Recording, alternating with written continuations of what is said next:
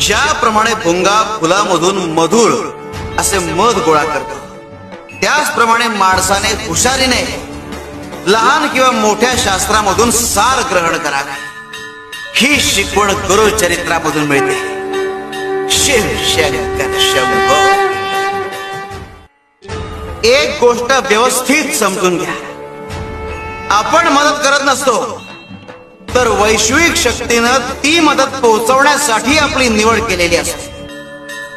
हे आपण गुरुचरित्रामधून शिकतो. शिव शंकर शंभो. आपल्या मनात सतत शंका असतात, कारण आपल्याला चमत्कार व्हावे असं वाटत असतं. पण श्रद्धा ठाम असेल तर शंका आपोआप दूर होते. गुरुचरित्र आपल्याला निस्वार्थ निर्मळ भावना शिकवतात. शिव शंकर